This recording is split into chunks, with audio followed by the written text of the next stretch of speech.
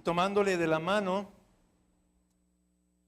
lo pasó a una habitación donde se encontraba un hombre levantándose de la cama, y que conforme se iba vistiendo se estremecía y temblaba.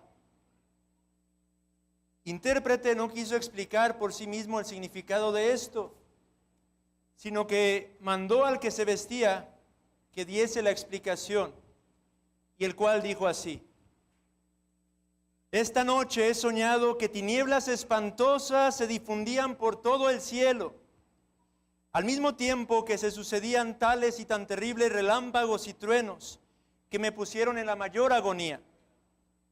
Vi también que las nubes chocaban violentamente unas contra otras, agitadas por un impetuoso huracán. Vi un hombre sentado en una nube, acompañado de millares y millares de seres celestiales, todos en llamas de fuego. Los cielos parecía que estaban ardiendo como un horno, y al mismo tiempo oí la voz de una terrible trompeta que decía: levantaos, muertos, y venid a juicio. En el mismo momento vi que las rocas se hendían, se abrieron los sepulcros y salieron los muertos en ellos encerrados, unos levantando muy contentos los ojos al cielo, y otros avergonzados, buscando ocultarse debajo de los montes. Entonces vi al hombre de la nube abriendo el libro y mandando que todos se aproximasen a él, pero a una respetuosa distancia, cual suele haber entre el juez y los reos que por él van a ser juzgados, pues de la nube salía fuego que no permitía a ninguno acercarse a ella. Enseguida escuché al hombre de la nube que intimaba a sus servidores: recoged la cizaña, la paja y la hojarasca, y echadlo todo al lago ardiendo. Y en el mismo instante, precisamente cerca de donde yo me encontraba, se abrió el abismo, de cuya boca salían con horrible ruido nubes espantosas de humo y carbones encendidos. Luego volvió a decir: allegad mi trigo en el alfolí. Y entonces muchos fueron arrebatados por las nubes, pero yo quedé donde estaba. En esto yo buscaba dónde esconderme, pero no me era posible, porque los ojos del hombre de la nube estaban completamente fijos en mí. Entonces mis pecados comenzaron a amontonarse en mi memoria, y mi conciencia me acusaba por todas partes. Y es entonces que finalmente me desperté. Cristiano le preguntó a aquel hombre: ¿y por qué tanto temor a la vista de todo esto? Y aquel hombre respondió: porque creí que el día del juicio había llegado, y yo no estaba preparado para él. Pero más aún, porque al ver a los ángeles recoger a muchos, me dejaron a mí precisamente a la boca del abismo. Al mismo tiempo mi conciencia me atormentaba, pareciéndome que el juez tenía en mí fijos sus ojos y su rostro lleno de completa y absoluta indignación.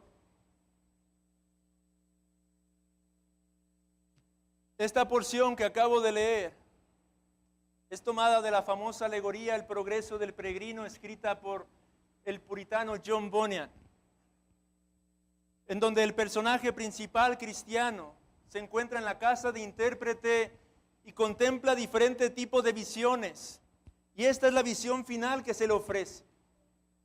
Este hombre completamente espantado, y lo que aquí encontramos que él está describiendo no es otra cosa que el gran día del juicio, hermanos. El gran día del juicio en el que todos y cada uno seremos llamados a presentarnos delante de un Dios que es santo, santo, santo. Y el segundo libro de los Reyes, capítulo 9, precisamente nos esboza una imagen del juicio que este Dios ha de ejecutar tarde o temprano sobre aquellos pecadores impenitentes. Por eso es que al leer este capítulo puede de pronto causarnos cierto tipo de conflictos. Todas las cosas que leemos, el derramamiento de sangre, Jehú siendo ungido, yendo prontamente a acabar con Joram, con la madre de Jezabel. Pero todo esto, hermanos, tiene el propósito de mostrarnos que el Dios de las Sagradas Escrituras ciertamente es un Dios de amor, tardo para la ira, grande en misericordia, pero un Dios que ciertamente también es justo y santo. Y que la paga por el pecado es la muerte. Dios ya había anunciado muchos capítulos atrás la certeza del juicio que vendría sobre la casa de Omri, Acab y su descendencia. Él ya había advertido que esto que leemos en este capítulo tendría lugar en el curso de la historia. Ahora, usted recordará que leímos acerca de este crimen atroz ejecutado por Acab y su esposa Jezabel cuando asesinaron a Nabot, despojándolo de su tierra, de su viña. Y justamente fue cuando se le advirtió y se le anunció que vendría un juicio. Piense por un momento a los familiares de Nabot, aquellos que fueron testigos de esa grave injusticia, aquellos que pudieron ver cómo asesinaron a su padre. Para este entonces ya habían transcurrido alrededor de 20 años y parecería que Dios no iba a ejecutar su juicio y no cumpliría con lo que Él había advertido.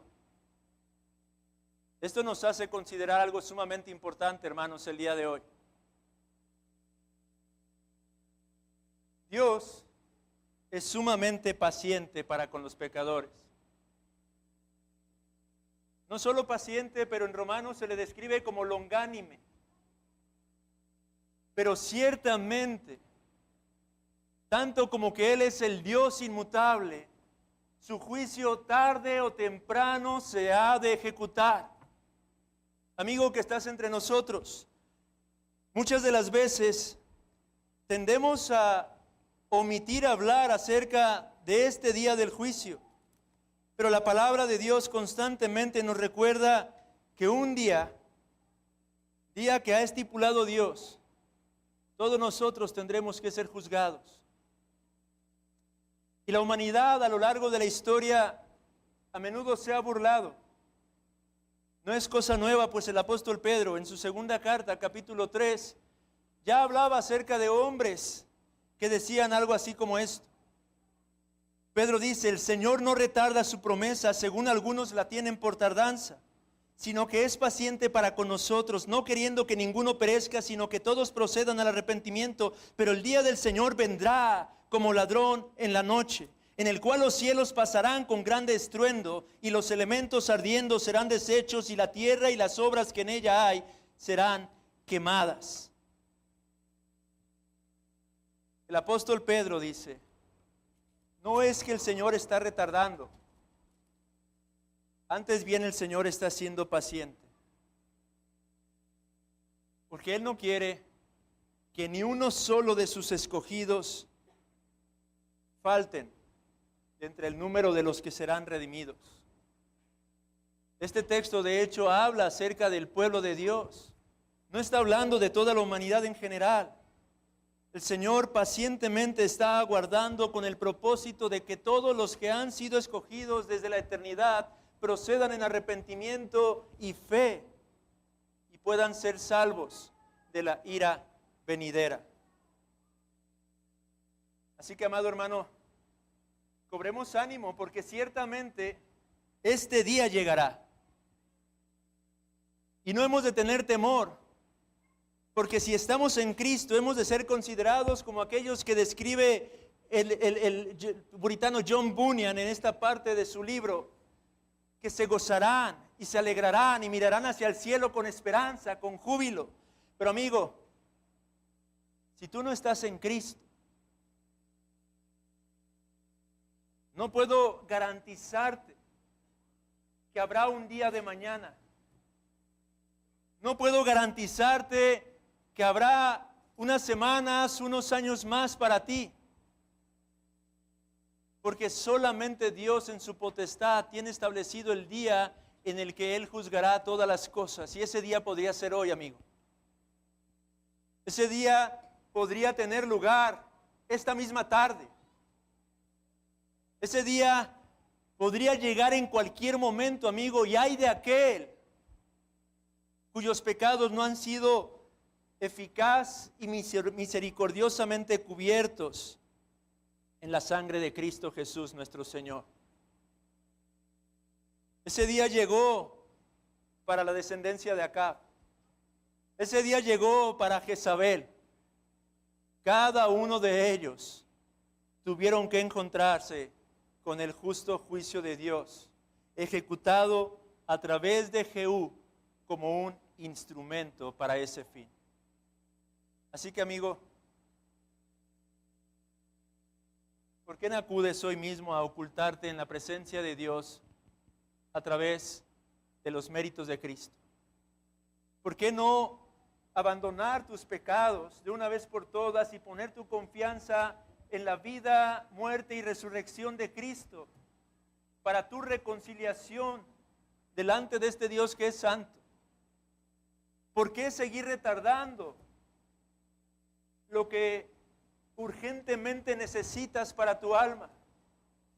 Hoy puedes mirar a través de estas imágenes el juicio que se cierne sobre tu propia cabeza si tú no te arrepientes el día de hoy. Hoy puedes ver que este Dios a través de este capítulo se nos revela no solamente como un Dios misericordioso, pero como un Dios que ha de juzgar. Hoy puedes identificarte con la sangre de Joram, con la sangre de Jezabel. Porque esto es lo que espera todo pecador que es hallado fuera de Cristo. Este capítulo nos ilustra de manera tan clara este terrible día y glorioso día al mismo tiempo. Y en todo este capítulo ciertamente vemos una imagen de Jesucristo como aquel que va a ejecutar este juicio, hermanos. En el evangelicalismo moderno tienden a querer desequilibrar la imagen de nuestro Señor Jesucristo, haciéndolo ver simplemente como uno que es todo el tiempo amoroso. Pero la Biblia nos describe que Él no solamente es el Cordero de Dios, sino que también es el león de la tribu de Judá. Ciertamente Él es manso y humilde, pero Él es poderoso, victorioso, y Él ha de ejecutar este justo juicio. Jehú es un tipo de Cristo. El Espíritu Santo está queriéndonos revelar que Jehú nos permite contemplar ese aspecto de nuestro Señor como el juez y el vengador de la sangre.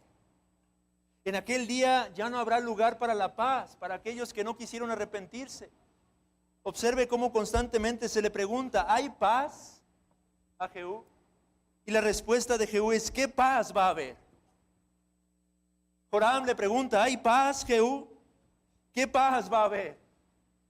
Con las fornicaciones de tu madre, la idolatría de tu madre, todas las cosas que ha hecho y cómo ha arrastrado a este pueblo al pecado. Ya no hay momento para la paz. He aquí que este es el día del juicio. Y observe los detalles que nos llevan a contemplar a Cristo a través de Jehú. Jehú, se nos dice en los versículos 6 en adelante, es ungido con aceite. A pocos hombres en el Antiguo Testamento se nos revela que se les unge cuando su gobierno. Jehú es ungido con aceite, así como Cristo Jesús fue ungido con la plenitud del Espíritu Santo. En segundo lugar, se nos dice cómo es que Jehú salió a los siervos de su Señor después de haber entrado a aquella habitación para escuchar el mensaje del profeta Jehú sale a los siervos de su Señor en una especie de advenimiento, reflejando o prefigurando la llegada de Jesucristo nuestro Señor. En tercer lugar, en el versículo 7, el profeta declara que Jehú vengaría la sangre de los profetas. Observe ahí, herirás la casa de Acab tu señor, para que yo vengue la sangre de mis siervos los profetas y la sangre de todos los siervos de Jehová de la mano de Jezabel. En Mateo 23 se nos enseña que Jesucristo es aquel instrumento que vino para llevar a cabo el juicio por causa de la sangre de todos los profetas. No solamente eso, en ningún otro lugar de las Sagradas Escrituras los súbditos tienden una alfombra de vestiduras para aquel que es reconocido como rey. Observe el versículo 13. Entonces cada uno tomó apresuradamente su manto y lo puso debajo de Jehú en un trono alto, y tocaron corneta y dijeron: Jehú es rey. En el Nuevo Testamento, en Mateo 21, 7 al 8, en la entrada triunfal de nuestro Señor Jesucristo, las multitudes se despojaban de sus mantos y lo postraban para que el Rey de Reyes hiciera su entrada triunfal, amados hermanos. Y por último, vea en Jehú a uno que libera al pueblo de la casa de Omri y de Jezabel. La opresión, el engaño que estos mantenían sobre el pueblo cesa cuando Jehú ejecuta este juicio. Y Jezabel es un tipo de la gran ramera, hermanos. En Apocalipsis ya vimos eso en semanas anteriores. Jezabel nos ilustra a la gran ramera, que constantemente oprime, persigue al pueblo de Dios. Y es Jehú quien trae esa liberación para el pueblo de Dios, de la constante persecución que esta generación malvada se encontraba ejecutando constantemente. He aquí vemos entonces en Jehú a un tipo de nuestro Señor Jesucristo.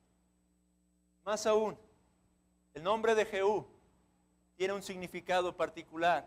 Jehú en el hebreo, que literalmente se puede traducir como Él es Jehová. He aquí que este capítulo entero entonces, hermanos, nos lleva a contemplar a nuestro Señor Jesucristo, no como el Cordero de Dios que vino para entregarse y dar su vida a fin de que pecadores como nosotros seamos salvos, sino que nos refleja al león de la tribu de Judá, que viene con todo su poder y gloria para ejecutar el justo juicio que pone fin a esta época y da comienzo a la plenitud de los tiempos, en donde todo, absolutamente todo es restaurado, nuevos cielos, nueva tierra, y la gloria de Dios es evidenciada y manifestada. Sus siervos, sus escogidos son glorificados y pueden morar con Él eternamente por los siglos de los siglos, alabando y adorando su nombre. Un momento que nos es anticipado el día de hoy, hermanos. Y es que es en virtud de esa preciosa, perfecta y gloriosa obra de nuestro Señor Jesucristo que hoy nosotros podemos congregarnos y podemos adorarlo como un anticipo de la consumación de todos los tiempos. Pero una vez más, amigo y amado hermano, es sano y necesario para cada uno de nosotros que reflexionemos a menudo en este día, en el día del juicio, y que a la luz de ello podamos encontrar nuestra esperanza al mismo tiempo que nos conducimos con temor y temblor, y con la urgencia de poder seguir proclamando que mientras estamos de este lado de la eternidad, aún hay lugar para pecadores, aún hay refugio, aún hay salvación, porque Cristo Jesús vino la primera vez para entregar su vida a fin de que podamos encontrar esa paz para con Dios. El Señor nos conceda gracia y podamos seguir adorándole con todo nuestro corazón y gratitud. Amén.